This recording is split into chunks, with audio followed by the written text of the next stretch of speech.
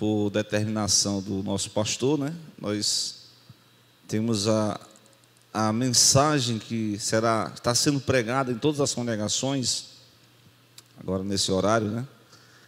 E a mensagem ela é baseada no versículo 29 do capítulo 15 de Romanos. Vocês pegaram aí o texto? Está passando, já está ao vivo já? Está ao vivo também? O versículo 29 diz assim, ó: E bem sei que indo ter convosco, chegarei com a plenitude da bênção do Evangelho de Cristo. Louvado seja Deus. Louvado seja Deus. Bem sei que indo ter convosco, chegarei com a plenitude da bênção do Evangelho de Cristo. Esse versículo, basicamente, ele vai, junto com o versículo 18 e 19, ele vai nortear para nós pelo menos 5 fundamentos, né, que exatamente é a base para o ministério da pregação. Quando eu estou falando do ministério da pregação, aí você pode pensar assim: não, mas pregação é só responsa lá dos homens lá da tribuna, né? Não é verdade? É só os homens da tribuna que pregam? Para pregar precisa de paletó? Precisa de ser teólogo? Não, estou só encontrando não. Cada um cristão pode ser considerado em potencial um embaixador da parte de Deus. O embaixador é aquele representante de um outro país que está noutra nação. Então, cada cristão é considerado biblicamente um ministro do Evangelho de Cristo. Glória a Deus. Então, nós temos a missão de proclamar as boas novas da salvação. E é isso que Paulo fala aqui, ó. Vou repetir o versículo para ficar bem gravado na nossa mente. E bem sei que indo ter convosco, chegarei com a plenitude da bênção do Evangelho de Cristo. Louvado seja Deus. Então, nós vamos apresentar alguns fundamentos pela qual essa plenitude da bênção, que é a comunicação do Evangelho, né? Se a gente puder rever novamente o 18, Paulo vai dizer que não ousaria dizer coisa alguma, dizer. Aí no versículo 19, ele diz: pelo poder dos sinais e prodígios, na virtude do Espírito de Deus, de maneira que desde Jerusalém e arredores até o Ilírico, tenho pregado o Evangelho de Jesus Cristo. Então a missão da pregação, do semear, né, de espalhar a boa semente, é uma missão que foi dada à igreja de Jesus, certo? Então nós estamos aqui diante, vocês viram que no vídeo, estamos hoje, parece que existe 2 evangelhos, né? Um evangelho assim que vai se amoldar aos costumes das pessoas. Esse é o falso evangelho. O verdadeiro evangelho, ele não se submete aos caprichos humanos. O verdadeiro evangelho, eu até preguei na semana passada, que ele tem um discipulado, tem uma formação e tem uma missão a ser cumprida. E a nossa missão, conforme o livro de Atos, capítulo 1, versículo 8, recebereis o quê? Recebereis o quê? Poder ou virtude, e vocês serão minhas testemunhas. Não, pastor, primeiro deixa eu receber um cargo da igreja para me pregar. Não precisa de cargo não, Dilmar. Não precisa de nenhum cargo eclesiástico. É preciso alguns fundamentos para você colocar em prática a sua pregação. Porque esse evangelho, o evangelho que Paulo pregou, né? O evangelho que Paulo pregou é um modelo para nós, que nós também devemos como diz lá em Efésios, Paulo diz: sede meus imitadores como eu sou de Cristo. Então a exposição de Paulo na pregação formata alguns fundamentos pela qual eu e você precisamos andar nesse caminho, trilhar nessa jornada e sermos contribuintes com a nossa vida. Cada cristão é um potencial ministro do Evangelho de Jesus. Irmão, mas eu sou tão fraquinho. Mas veja o que Deus proporciona para nós. Vamos lá. Esse evangelho de poder, de virtude, né? Como diz Paulo aos Romanos, essa palavra aqui foi bem enfatizada pelo nosso pastor, né? Que ele diz assim, ó: chegarei com a plenitude da bênção do evangelho de Cristo. Glória a Deus. A plenitude da bênção do evangelho de Cristo. Mas o primeiro fundamento que eu quero expor para os irmãos, em primeiro lugar, a primeira fundamentação para que o cristão possa de fato se tornar, anunciar essa mensagem, está escrito no versículo de número 19. Louvado seja Deus. Veja aí o versículo 19, irmão, por favor aí.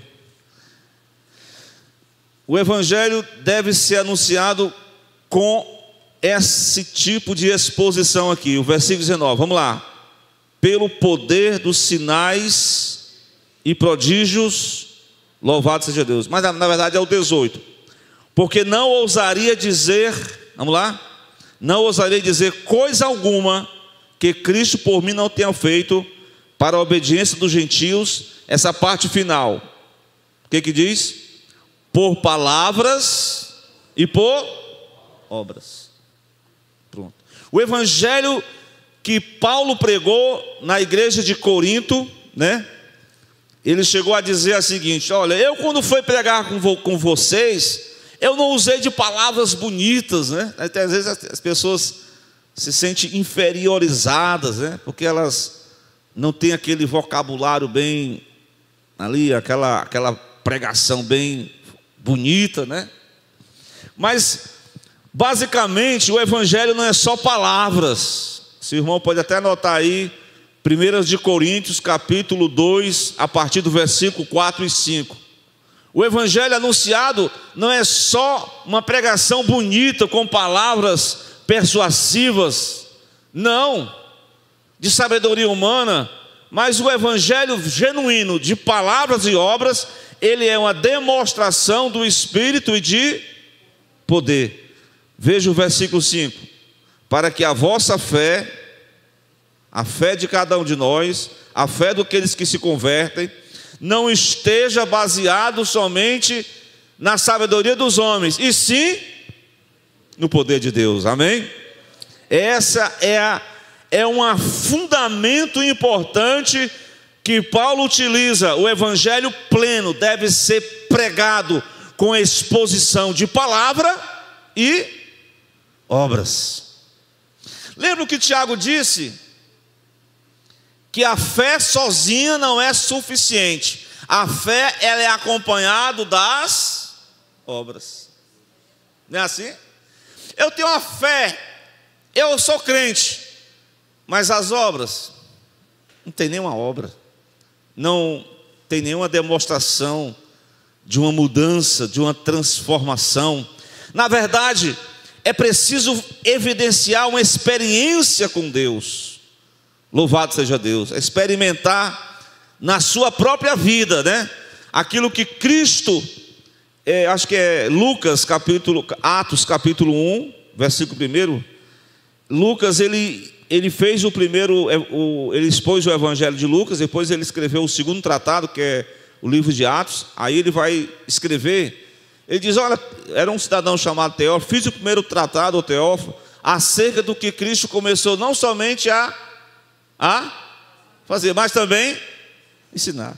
Então, fazia parte do ministério de Jesus essa questão de conhecimento e obra, de fazer e de conhecimento, ou seja, há essa mesclagem do conhecimento de Deus, conhecimento da palavra, junto com as obras, é uma mistura muito saudável para a vida do crente em Jesus. É tanto que nós observamos hoje que muitas pessoas estão esquecendo aquele conselho que Pedro, na sua segunda carta, no capítulo 3, no versículo 18, ele disse que o cristão, para que ele possa ser saudável, ele não é preciso somente, não, eu vou só ler a Bíblia e pronto. Esses irmãos que oram à vontade, eu não gosto de oração não, eu gosto só de leitura. Mas aí vai o outro lado, tem aqueles irmãos que só vêm para o culto de oração. Eu vou para oração, né? Até eu peguei na semana retrasada, pai, eu que vim receber só a benção aqui, só quer receber oração, poder, e cadê a palavra, cadê o conhecimento? E cadê o entendimento? Então tem que ter um balanço aí, não é verdade? Como é que Pedro diz? Cresçam na graça e no conhecimento de nosso Senhor e Salvador Jesus Cristo. Irmãos, esse balanço de fé e obras, de conhecimento e graça é saudável. E isso é um fundamento que Paulo se utilizou dele, porque ele diz assim no versículo 18, melhor dizendo, do capítulo 15, ele diz que a forma como ele pregou o evangelho foi por palavras e por obras. Palavras e obras. Grave essa primeira fundamentação, porque ouçamos um segundo fundamento muito importante, extraído desse texto que eu tenho lido, para basear, para fundamentar, e que eu e você precisamos, para que a gente não se torne nos tornemos pessoas atuantes na obra do Senhor, porque o grande desafio dos pastores, sabe o que é? É transformar uma plateia de pessoas desativas, desanimadas, em obreiros, em atuantes na obra do Senhor, seja em qualquer linha de frente, mas o importante é que cada pessoa é um potencial de Deus para ser um pregador do Evangelho de Cristo, amém? Mas é preciso ter essa base, essa fundamentação, fé e obras, palavras e obras, glória a Deus. Mas um segundo fundamento que Paulo se utiliza dentro dessa referência, é que o Evangelho deve ser anunciado, deve ser pregado, conforme o versículo 29, irmão. Vamos lá para o versículo 29, finalmente. E bem sei que indo ter convosco, chegarei com o quê? A plenitude da bênção do Evangelho de Cristo. O que seria essa plenitude da bênção do Evangelho de Cristo? Hein?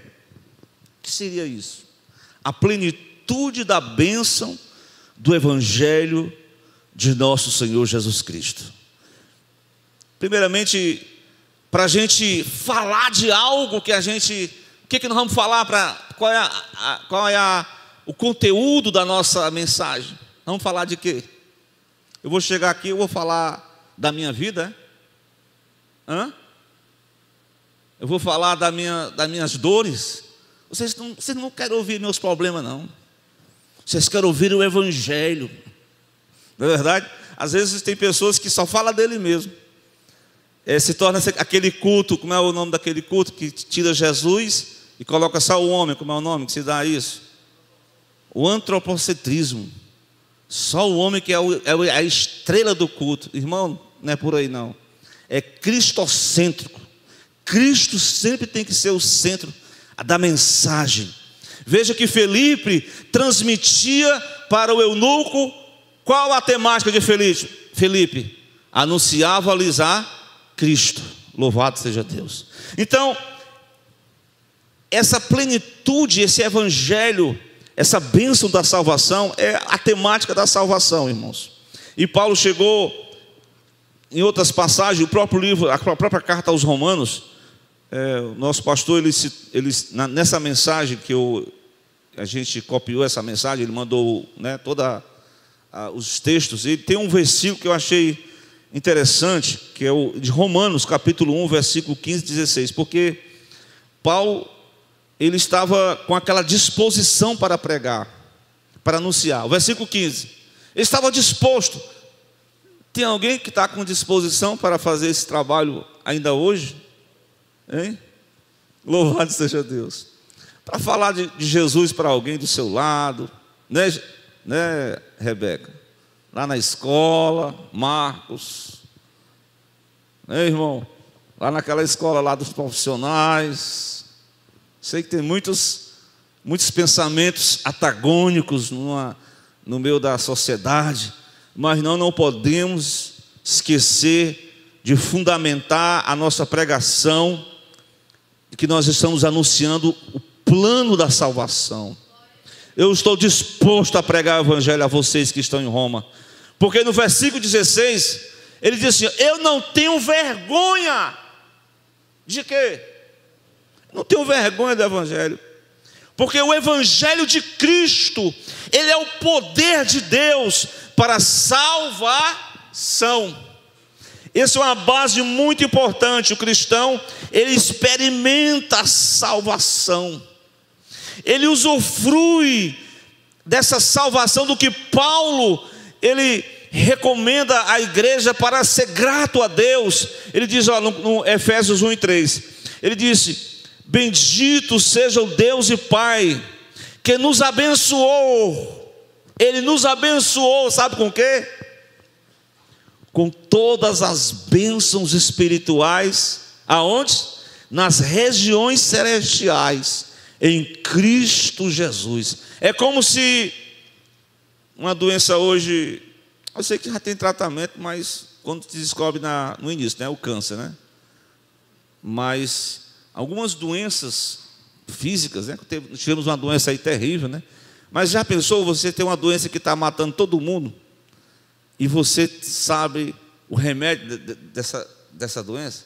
O que você vai fazer? Você vai ficar com você mesmo?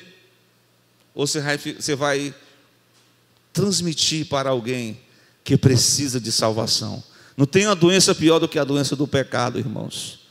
E para a doença do pecado, não é só conselhos psicológicos, não é só palavras de incentivo, é o evangelho de salvação na pessoa de Jesus, a plenitude da bênção. Era isso que Paulo estava determinado para falar, anunciar, porque ele tinha vivido, ele experimentou, e isso é fundamental para todos os cristãos, não é verdade?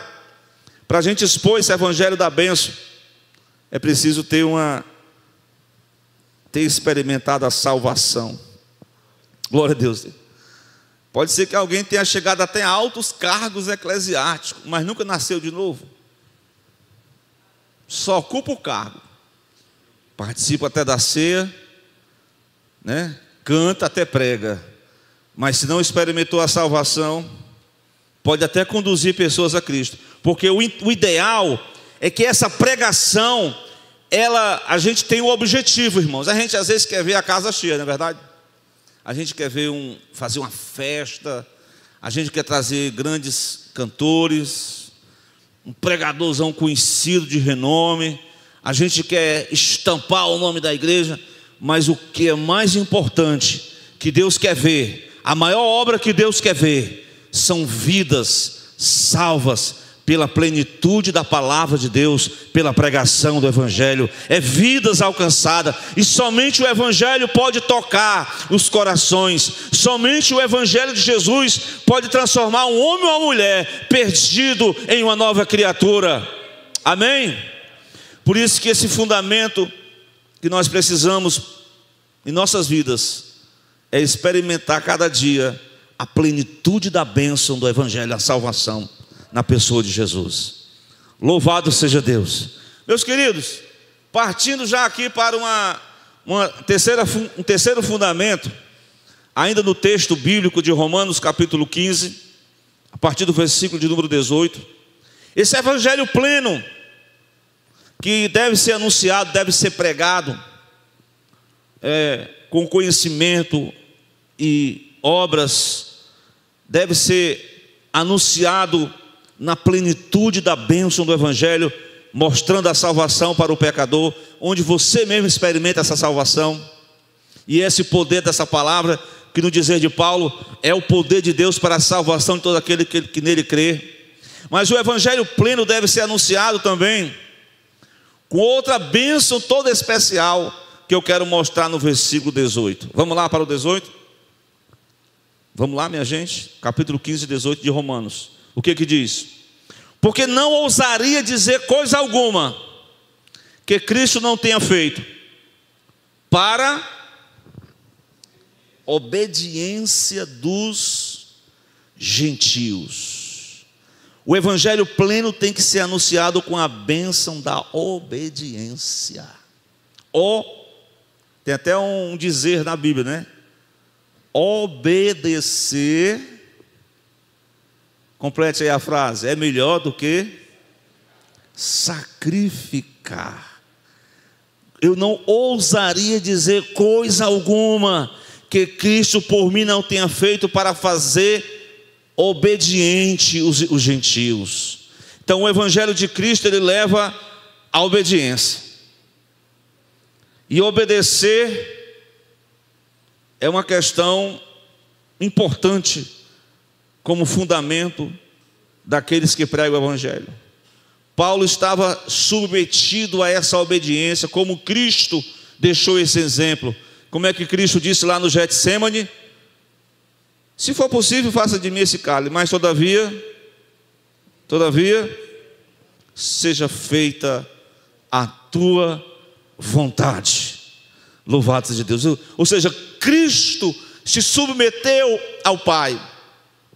Eu lembro de um pregador, né? O pregador, ele estava, né? Quando a pessoa se converte ao Evangelho, ele tem que viver uma vida de obediência. Porque ele pode até ser um pregador, né?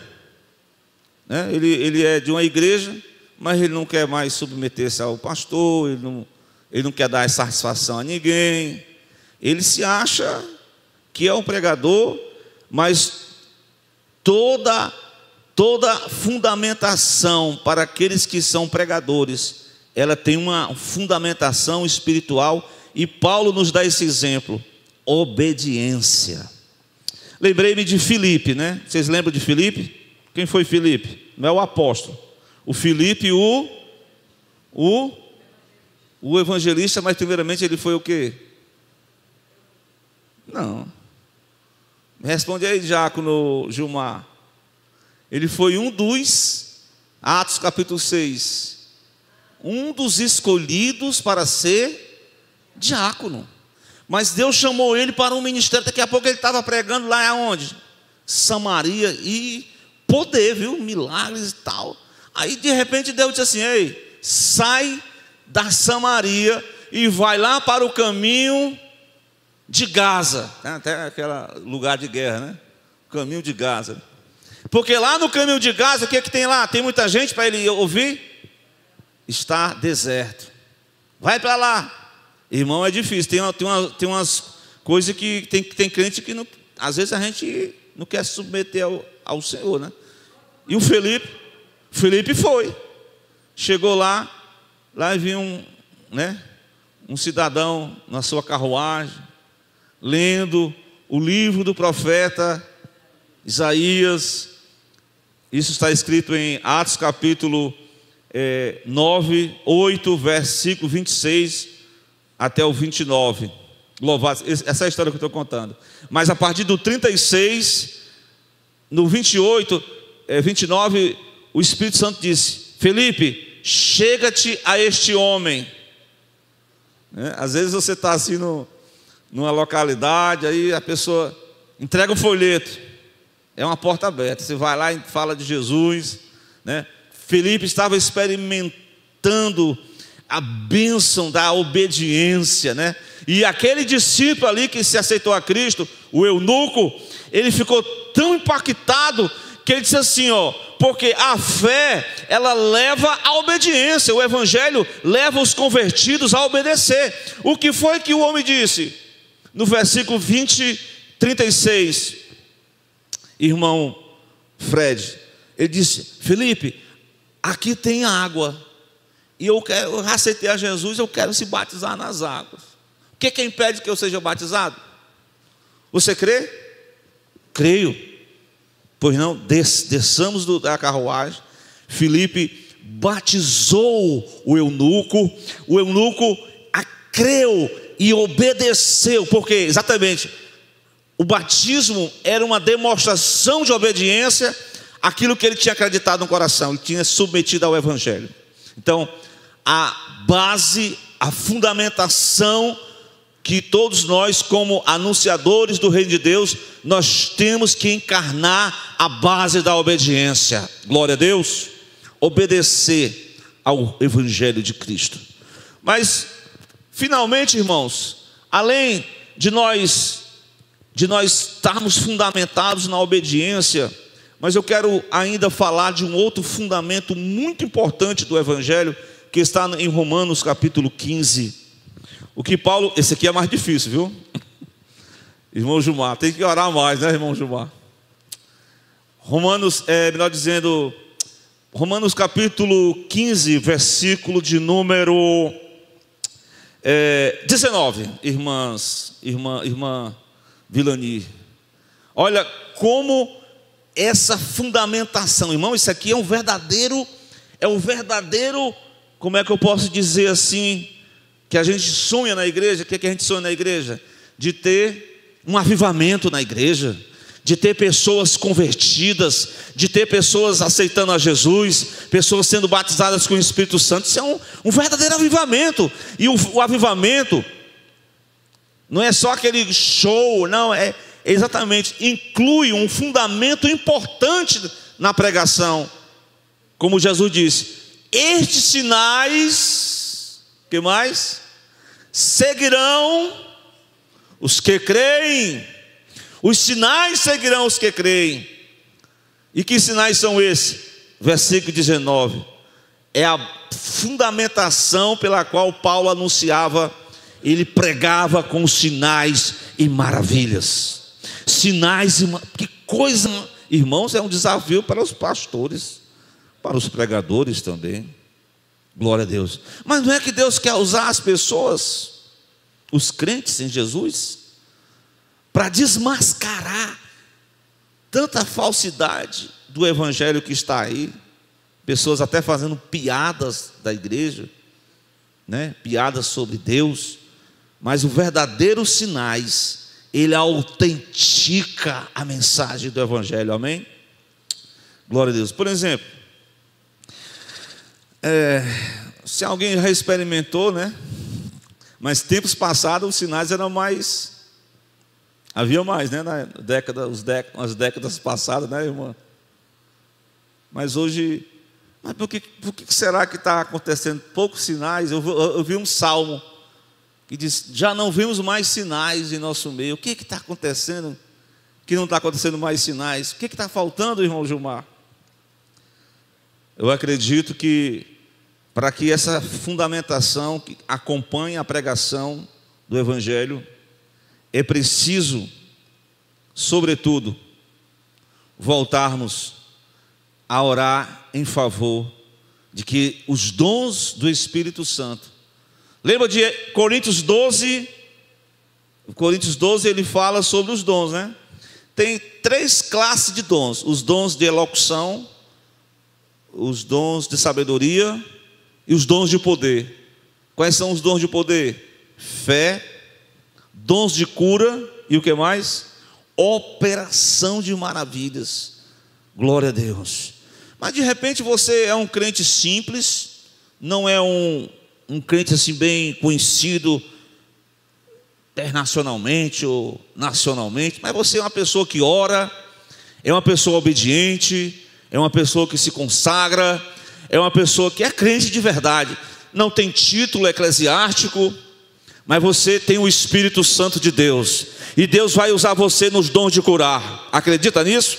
Glória a Deus. Vai chegar uma pessoa, como Paulo chegou lá naquela ilha, que ele sofreu um naufrágio, no capítulo 28, versículo 8 e 9, e tinha lá o chefão lá da ilha, ele estava sofrendo um problema muito difícil. Olha uma enfermidade que a gente tem, né? Disenteria e febre. Parecia ser uma virose, né, irmã Vilani? Diz a Bíblia que Paulo orou por aquele Públio. Está escrito aí, irmão? Pôs as mãos sobre ele, capítulo 28 de Atos, versículo 8. Colocou as mãos sobre ele. Irmãos, às vezes a gente tem medo de... Eu tenho medo de orar e Deus não curar. Ore, independente que Deus faça ou não. Ore.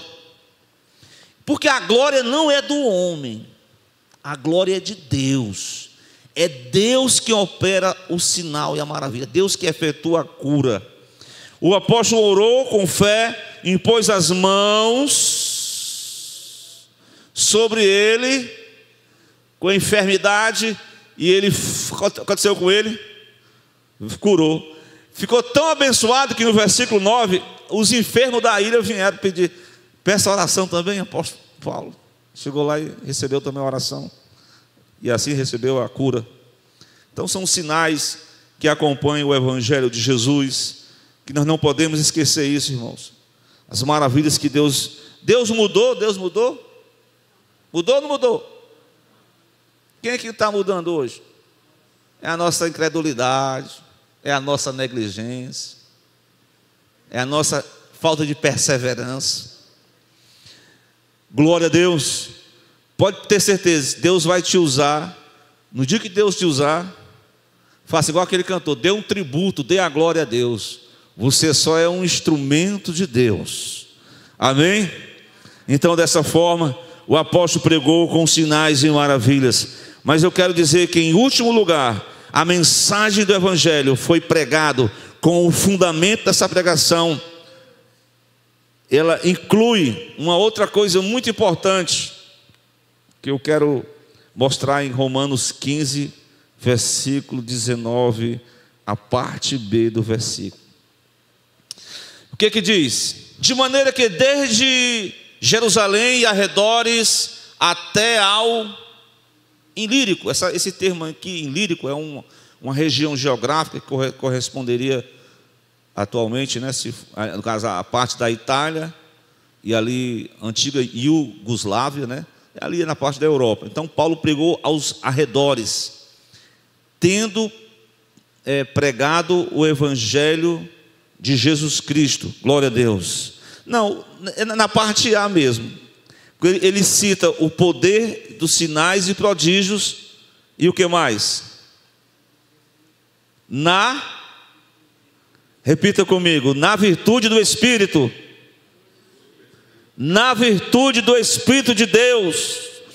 É na virtude do Espírito de Deus, irmãos.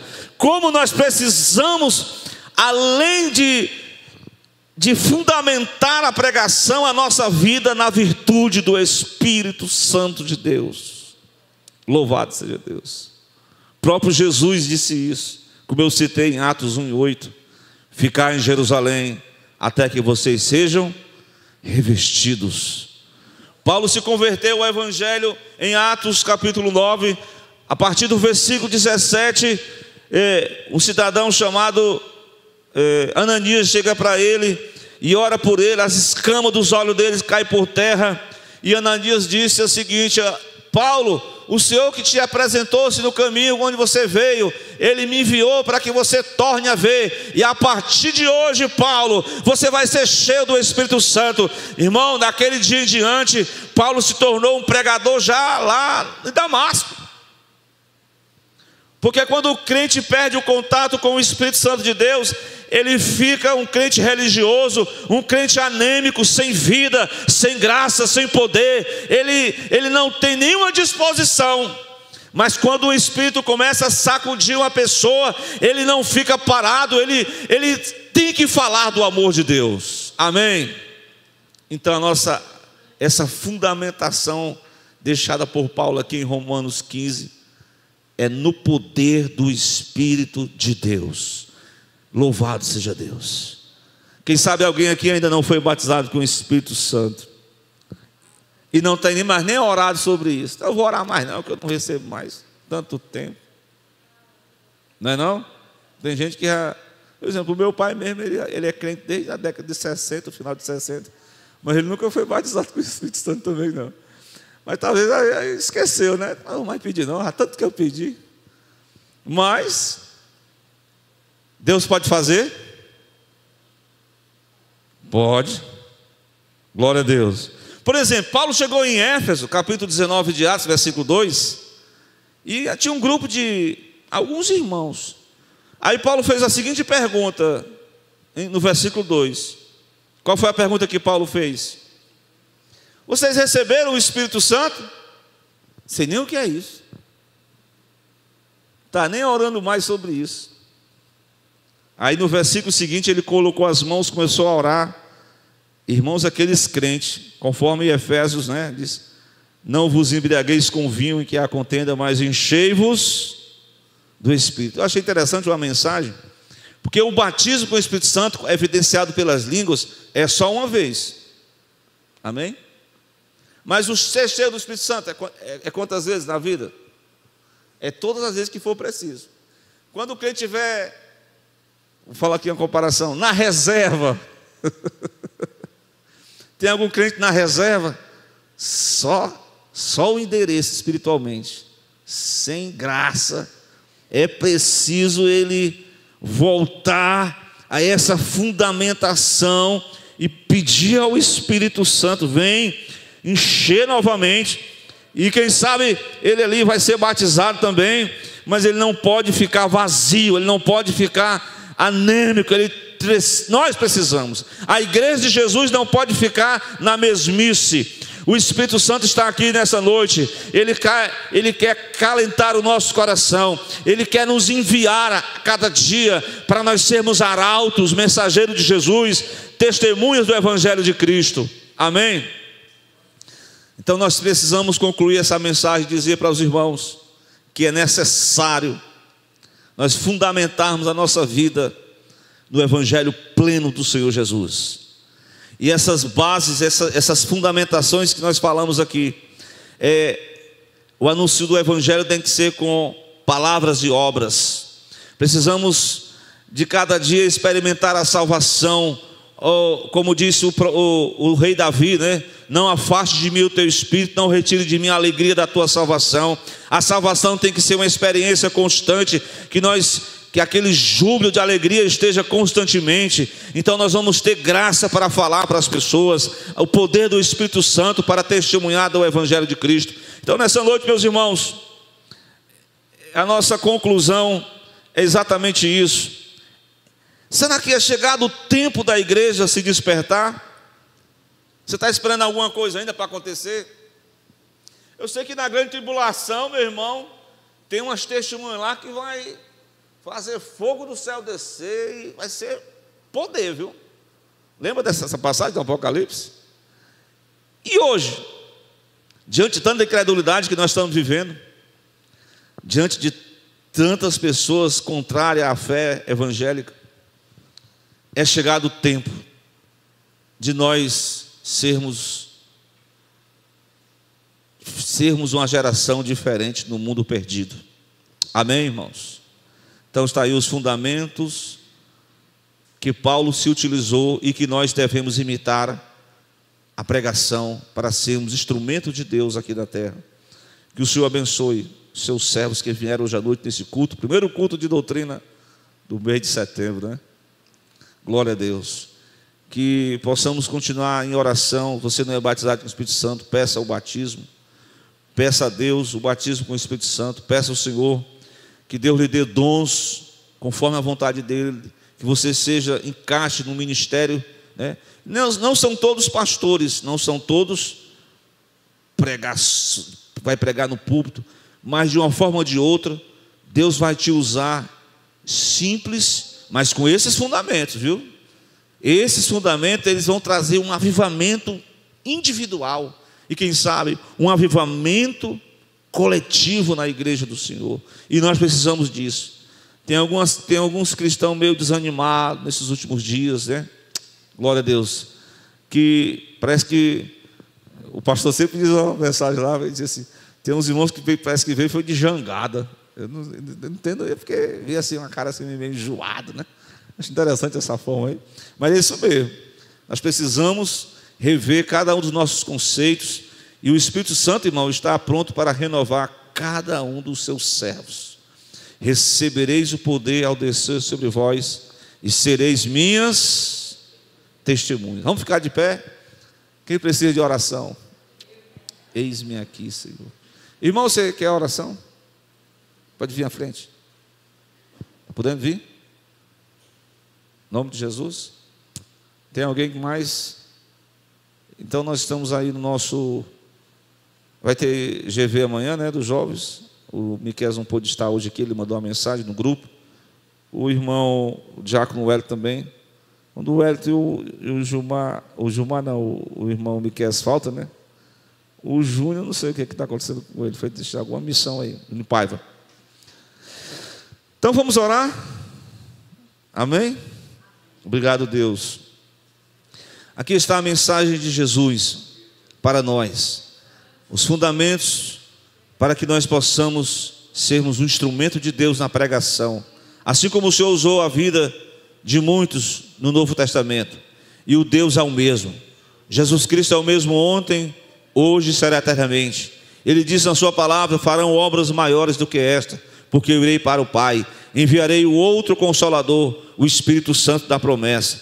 Aqui estamos, Senhor. Se há alguém que está aqui precisando de um renovo, de uma restauração, Senhor, venha visitar esta pessoa, venha visitar este homem, essa mulher, visita esse jovem, Senhor, venha avivar os nossos corações, o Senhor venha levantar uma igreja poderosa aqui neste lugar, uma igreja cheia do Espírito Santo, para anunciarmos as virtudes daquele que nos chamou das trevas para a sua maravilhosa luz. Senhor, vai despertando o teu povo, vai abençoando aqueles que não puderam vir, aqueles que estão com problemas, que estão doentes, que estão enfermos, quem sabe aqueles que estão cansados. O cansaço, Senhor, tem abatido a muitos têm se rendido, aleluia, à religiosidade, ó Senhor, ao cansaço espiritual, mas que o Senhor nessa noite venha despertar, que o Senhor nessa noite venha envolver, que o Senhor venha integrar, que o Senhor venha levantar homens e mulheres, jovens, Senhor, adolescentes, para serem instrumentos de Deus aqui na terra. Abençoa essa comunidade aqui ao local, abençoa essa igreja, Senhor,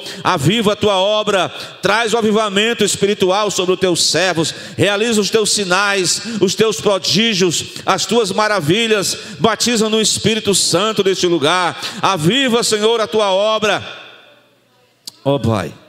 Pai querido, vem nos encher cada dia, vem cada dia trazer conversões, aleluia, conversões de pessoas para Cristo, como também de pessoas que estão na igreja, mas Senhor, que ao longo do tempo tem se entregado a um espírito de negligência, tem se entregado, Senhor, à preguiça, mas o Senhor está aqui para trazer um mover espiritual, e eu creio na vitória da tua igreja. As portas do inferno não prevalecerão sobre a tua igreja.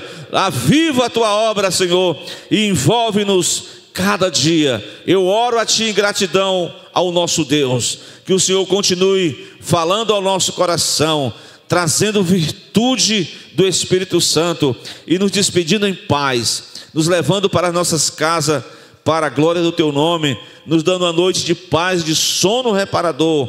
Nós te pedimos essas bênçãos e desde já te agradecemos no santo nome de Jesus, que é o Senhor, que vive, que reina para sempre.